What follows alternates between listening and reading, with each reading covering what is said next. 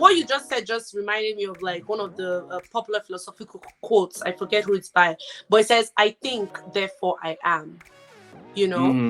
that is what separates us as human beings, is the ability to think, ability to rationalize.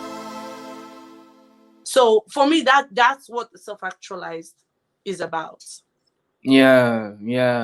That's a good way of putting it, as in all of the selves together, Mm-hmm. because it's not only one thing. Even awareness and consciousness, these topics are so deep and there is so many different layers. But you said a good thing. You said questioning these thoughts, and then questioning if that's actually yours, or if that's somebody else, or if Mm-hmm. that's the environment, because a lot of times it's the environment, it's Mm-hmm. the news, it's maybe the teacher. There Mm-hmm. is, I don't know if you know, there's this guy Jim Quick.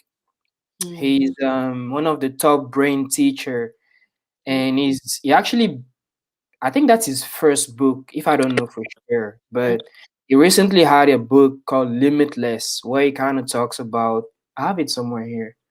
Um, Mindset, motivation, and methods. So how to have a limitless mind, pretty much. And he's also a memory expert. But the point is, when he was a kid, he had learning issues. He couldn't read, he couldn't do a lot of different things. And one of the teachers said that that's the kid with the broken brain. Mm-hmm. That's the kid with the broken brain. So he grew up with that identity of being the kid with the broken brain. You see how crazy that is? Yep. It was the teacher, right?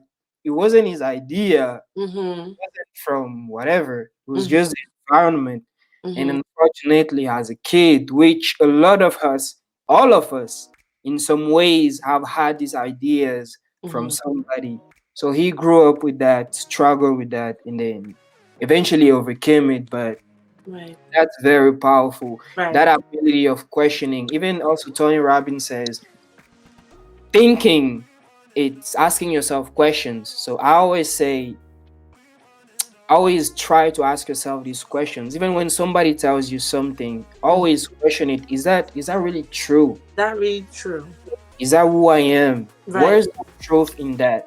Is Exactly. that actually true? Does that feel true? Mm-hmm. Oh, you look, man, you look ugly today. Mm-hmm. Okay, I know that I'm not ugly, so I can reject the idea or I can accept it. Mm-hmm.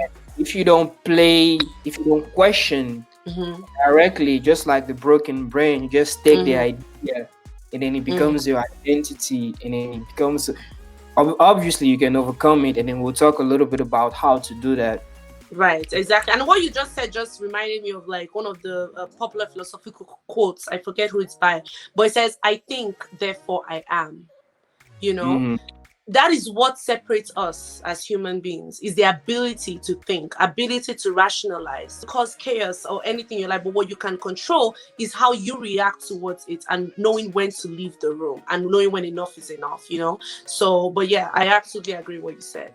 I love that word, control. Yes. Control. You can only control what you can control. It's funny, somebody asked me, how do you adapt to change? And that's what I said. I said, we gotta understand that change is like, we can't really control change. So that's the only thing that is not going to change. So Mm-hmm. when you understand that, now you go like, okay, I know that I cannot control it. So Mm-hmm. I accept that. So Mm-hmm. okay, cool. What can I control now? What do I Exactly. control now? I Exactly. can control my remote.